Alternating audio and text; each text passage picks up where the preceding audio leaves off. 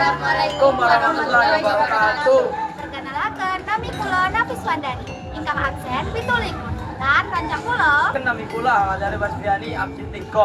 Nami kula Ibatul Makmuro ingkang absen 11. Nami kula Milan Soleha ingkang absen 9. Kula lan rancang badhe nerangaken babagan tembang Dandang Gula.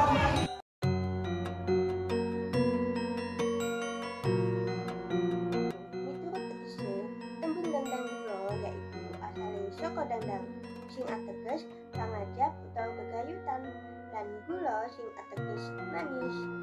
Dadi tembung dandang gula yaitu nggambarake pangajap supados urip dadi becik, ayem lan kebak-kebahagiaan. Apa sih tegese tembang dandang gula? Tembang dandang gula yaiku tembang macapat sing nggambarake fase urip manungsa sing wis tekan kabegjan lan kasampurnan, yaiku nalika wong wis bisa ngrasakake urip kanthi tentrem, cukup lan kebak rasa syukur. Tembang iki uga kerep digunakake kanggo nyadarake piwulang urip sing becik supaya manungsa bisa ngayuh urip sing ayem, rukun lan harmonis karo liyane.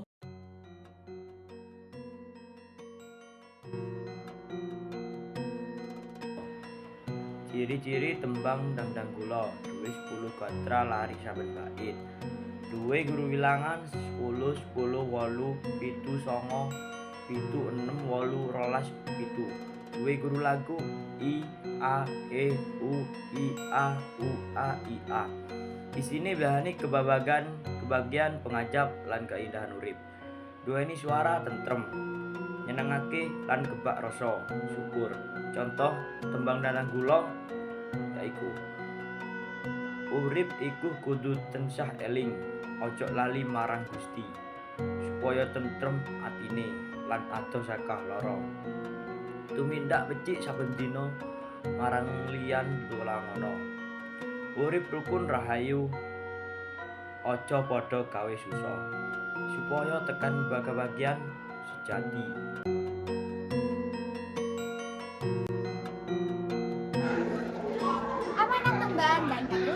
Amanat saka tembang dandang gula yaitu ngajari manungsa supaya urip kanthi becik, tansah njaga ketentreman.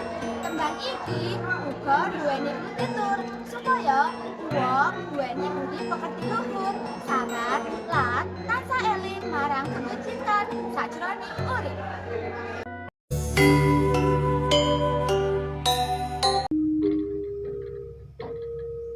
Yogyanira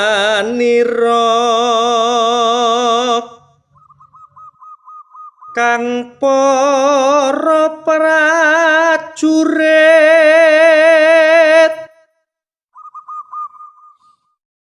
lamun bisa samya anulada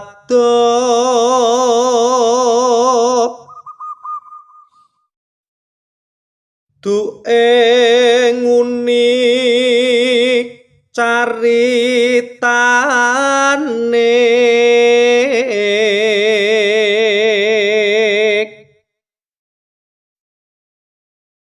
andelira Sang Prabu sasra bau ing Maespati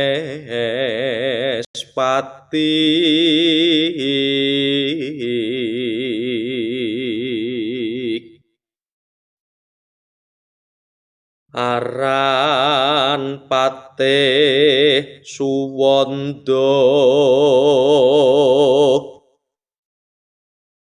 lelabuhanipun kang ginelung triprakara